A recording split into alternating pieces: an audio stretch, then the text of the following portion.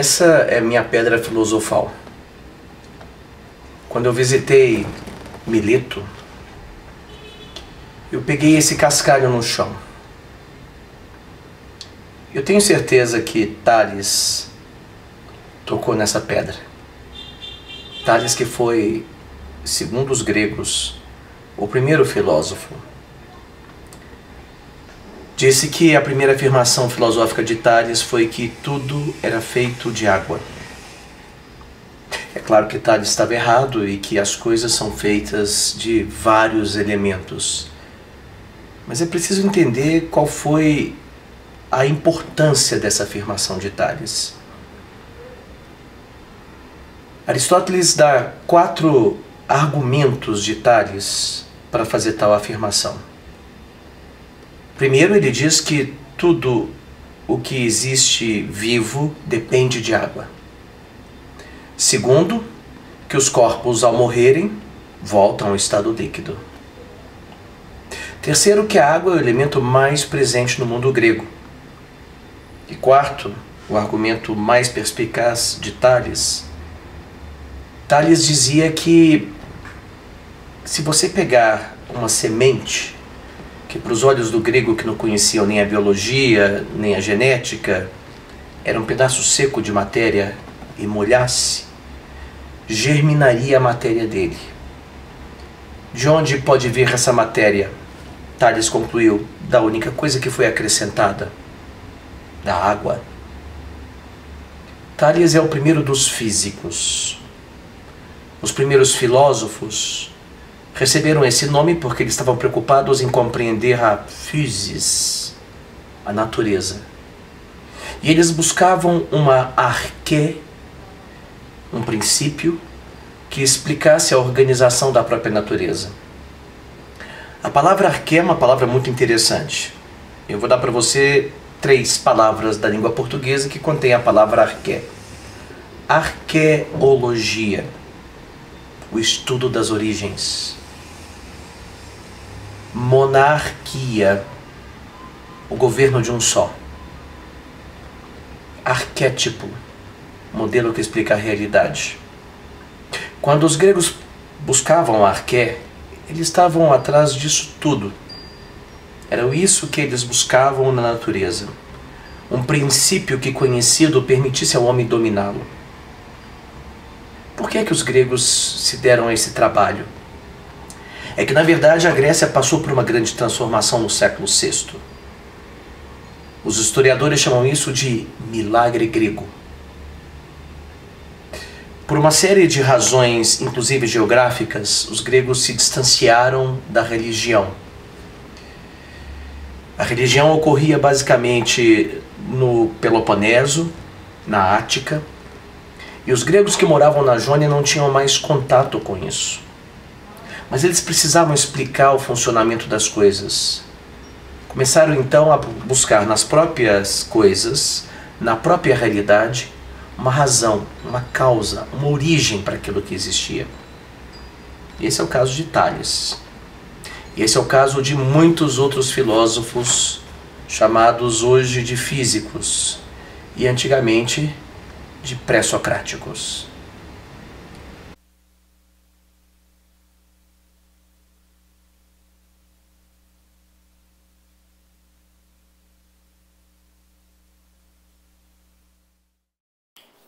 Tales era um filósofo jônico, e outro filósofo jônico importante é Anaximandro. Anaximandro provavelmente foi quem introduziu o termo arqué na filosofia. Mas, diferentemente de Tales, ele não identificava a arqué com nenhum elemento físico. Ao contrário, ele dizia que era o apeiron. Peras é aquilo que tem limite, aquilo que é determinado. E apeiron é então aquilo que não tem limites, que não é determinado. Um cosmo, um universo único, formado de uma única substância, da qual se destacam partes, gerando polaridades. Macho, fêmea, mal, bem, dia, noite. Note que a ideia dele é muito sofisticada. Não podemos identificar a causa da realidade em nenhum elemento da realidade, mas em algo que é anterior a ela. Um apeiron, do qual se destacam, se separam, se limitam parcelas, gerando os entes que conhecemos.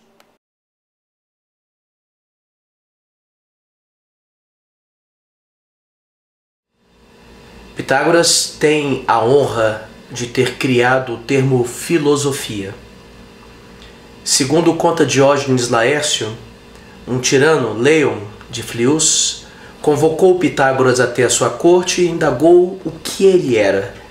E Pitágoras respondeu: eu não sou um sábio. Eu sou um amante, um amigo, filós, da sabedoria. Sofia, filosofia. Segundo Diógenes Laércio, foi aí que surgiu o termo na língua grega. O Pitágoras, é difícil nós identificarmos ele precisamente, e já na época de Aristóteles, ele preferia referir-se aos pitagóricos do que a Pitágoras. Pitágoras dizia que tudo era composto de número. É importante lembrar que na época de Pitágoras, os números eram representados por pontos. E é provável que isso é o que Pitágoras tem em mente quando fala que tudo era feito de números. Tudo é feito de pontos. Só que os números se dividem em dois grupos, que nós chamamos de pares e ímpares. Pitágoras chamava de ilimitados e limitados. Isso pode indicar uma certa guerra no universo, uma polaridade inconciliável. Mas não é assim que Pitágoras pensa essa dualidade. É preciso lembrar inicialmente que para Pitágoras o 1 não é um número. Ele é o uno, a unidade, o que gera os números. Como é que surge o primeiro número ilimitado, o primeiro par, o 2? É quando o uno se soma a si mesmo. E como é que surge o primeiro número limitado, o primeiro ímpar, o 3? É quando ao primeiro número ilimitado, o par, se soma o uno, gerando o 3. E como é que surge o segundo número ilimitado, o 4? É quando ao primeiro número limitado, o 3, se soma o uno. Isso quer dizer que o par gera o ímpar e o ímpar gera o par continuamente. E é por isso que, apesar de haver um dualismo, uma polaridade no universo, o universo não é caótico. Talvez a grande contribuição de Pitágoras para nós compreendermos aqueles filósofos que os sucedem seja exatamente a ideia de que existe um dualismo no universo. Bem e mal, homem e mulher, limitado e ilimitado, dia e noite. Esse dualismo vai repercutir diretamente na filosofia de Platão, quando ele afirma que existem dois mundos, um mundo sensível e um mundo inteligível. Note que na escola de Atenas, Pitágoras é pintado calculando. O motivo disso é que se tudo é feito de números, então a ciência que permite o acesso à realidade é a matemática.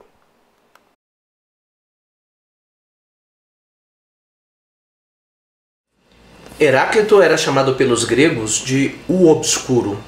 E isso é um dos elementos que nos permite reconhecer esse personagem como sendo Heráclito, porque o rosto dele está imerso em sombra e é o único personagem que tem o rosto obscurecido. Aliás, é interessante que o rosto utilizado para Heráclito é o rosto de Michelangelo. Heráclito dizia que tudo muda, nada permanece como está. Tudo está continuamente se transformando. E ele dizia que era impossível entrar duas vezes no mesmo rio. Primeiro, porque o rio é a sua água. Se nós tirarmos toda a água do rio, o que fica é só o leito, só o vale. Então o rio é a água. Só que quando nós entramos segunda vez no rio, a água na qual nós nos banháramos antes já passou. É uma nova água, é portanto um novo rio. Mas não é só isso que mudou. Também nós mudamos. Uma pessoa que nunca entrou no rio ou no mar e entra pela primeira vez na sua vida no rio ou no mar, depois sai e entra logo em seguida, já não tem mais a mesma experiência. Na primeira experiência, ele era, por dizer assim, virgem de entrar na água. Quando ele entra a segunda vez, mesmo que minutos depois, a experiência não é mais a mesma porque ele não é mais virgem de entrar na água. Mas há uma terceira coisa que muda também, é o próprio leito do rio. Nós não percebemos isso porque essa mudança é muito lenta. Mas por um processo de erosão, a água vai tirando a terra de um lado do leito do rio e transportando por aluvião para outra metade do rio, para outro leito do rio, outra margem do rio. E por isso o rio vai se deslocando, mudando o seu curso, muito lentamente. Tudo é feito desse processo de um eterno devir. Tudo é produzido no eterno devir. E o que gera esse devir é a oposição entre aquela polaridade básica que os gregos já pensavam. Bem e mal, mulher e homem, dia e noite. É essa oposição, essa guerra que gera o devir. Se tudo está continuamente se transformando, então o elemento que constitui todas as coisas deve ser o fogo. O fogo é o elemento da transformação. Se tudo está continuamente se transformando, então tudo é feito de fogo. A palavra que os gregos usam para transformação é movimento. Tudo está em movimento, o ser está em movimento. Movimento quer dizer mudança. Por exemplo, quando você nasceu, você era uma criança e hoje você é um adulto. Isso é movimento. Quando você nasceu, você era ignorante e hoje você sabe muitas coisas. Isso também é movimento. Tudo está em movimento, segundo Heráclito. Veja que interessante o modo como Rafaelo representa Heráclito. Ele parece imóvel, mas se nós notarmos bem, ele está escrevendo. Portanto, há um pequeno movimento quase imperceptível. A imobilidade é uma ilusão. Tudo flui, tudo move. Esse é o mapa da Grécia Antiga. Na verdade, toda a costa do Mediterrâneo era Grécia Antiga. Onde hoje é a Grécia, a parte inferior é o Peloponeso, onde está Esparta, e logo acima é a Ática, onde está Atenas. A Itália, a Magna Grécia, também era chamada de Enótria, terra do vinho. E onde hoje é a Turquia, é a Jônia. Em Jônia ficava Mileto. E os filósofos que se desenvolveram naquela região, como Tales, Anaximandro e Heráclito, são chamados de milesianos. Mas do outro lado, na Itália, havia a cidade de Eleia, e os filósofos que se desenvolveram lá são chamados de eleatas. Não se trata apenas de uma oposição geográfica, é uma oposição de pensamento.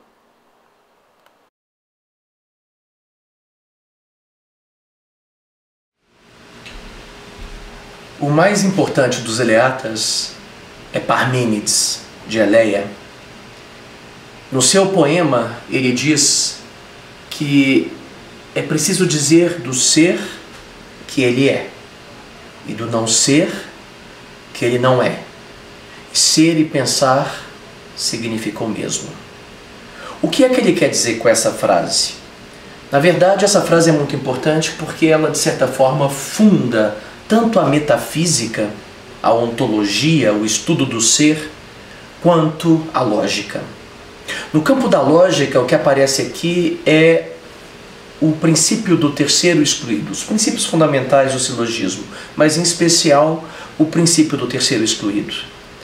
O princípio do terceiro excluído diz que nós temos que reduzir a realidade a apenas dois elementos e não há um terceiro elemento. Por exemplo, Sócrates é mortal. Existe só duas possibilidades: Sócrates é mortal ou Sócrates é imortal. Não há um terceiro grupo do qual ele possa participar. É a mesma coisa que Parmênides está fazendo aqui. Parmênides disse que existe apenas dois grupos: o ser, aquilo que existe, e o não ser, aquilo que não existe. Qualquer coisa que exista está no grupo do ser. É ser. Uma garrafa d'água, o sol, um ser humano, Deus. Qualquer coisa que existe é ser. E tudo que não existe, ou aquilo que não existe, é não ser. Ora, o não ser pode ser a causa do ser? Não. Algo que não existe não pode originar algo que existe. O que existe pode se transformar em nada, em não ser? Também não. Então, de onde se origina o ser? Ele só pode se originar de algo que é diferente dele, o não ser. Mas isso é impossível. Então a primeira conclusão de Parmênides é que o ser é eterno. Ele sempre existiu. E segundo, ele não se transforma em nada. Porque a única coisa em que ele poderia se transformar é o não ser. E isso é impossível. Logo, e essa é a conclusão de Parmênides, o ser é imóvel. Como é que Rafaelo representa Parmênides? Com o pé esquerdo pousado sobre uma pedra. Na iconografia clássica, esse é o símbolo da ausência de mudança, ausência de movimento. Não há movimento. O último filósofo da Escola de Atenas que nós vamos analisar é Zenão de Eleia, discípulo de Parmênides. Zenão queria provar que o seu mestre estava correto e, para isso, ele elaborou paradoxos, cujo objetivo é provar que o movimento é impossível. Um paradoxo é algo que não pode nem se cumprir, nem não se cumprir, nem se realizar, nem não se realizar. Por exemplo, nessa placa, não leia esta própria placa, ela não pode nem ser cumprida, nem ser descumprida. O paradoxo mais conhecido é o paradoxo da flecha no estádio. Imagine que um arqueiro atire uma flecha em direção a um alvo num estádio. Para que ela chegue ao alvo, ela precisa antes percorrer a metade do caminho.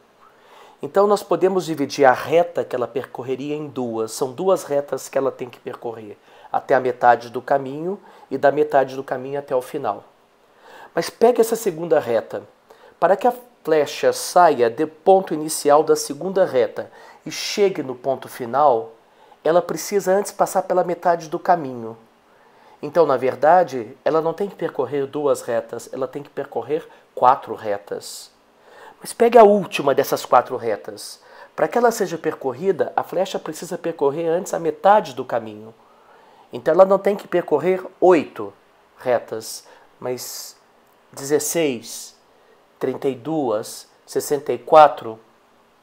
Eu posso subdividir inúmeras vezes, infinitas vezes essa reta. Portanto, há nela infinitas retas. Ora, infinitas retas não podem ser percorridas e, portanto, é impossível que a flecha chegue ao alvo. Note que Zenão diz que isso é um paradoxo. Eu vejo acontecendo, mas não pode estar acontecendo, porque a distância é composta de infinitas retas e infinitas retas não podem ser percorridas. Logo, o ser é imóvel. Veja a genialidade de Rafaelo. Como é que ele representa Zenão? No início, no ponto inicial de uma reta imaginária que nós podemos visualizar na Escola de Atenas. Por quê? Porque ela não pode ser percorrida. Então ele não pode sair do ponto inicial. Nós vemos hoje a Escola de Atenas com especial atenção para os filósofos pré-socráticos. É claro que nós não apresentamos todos pré-socráticos. Há ainda um outro grupo, além dos milesianos, dos eleatas, dos pitagóricos, muito importante, que é o grupo dos pluralistas. Fazem parte dele, por exemplo, Empédocles. Empédocles dizia que não existe um único elemento, uma única arqué que compõe a realidade.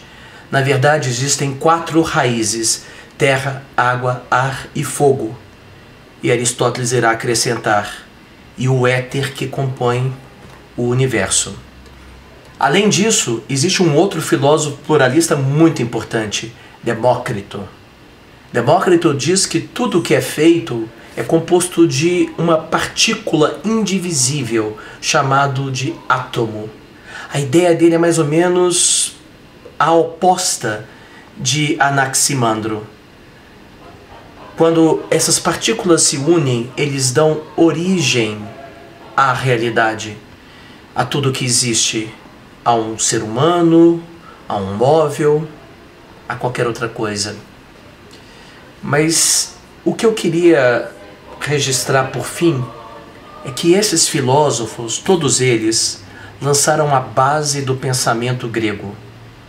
E boa parte da filosofia de Platão e de Aristóteles será uma tentativa de conciliar esses vários pontos de vista.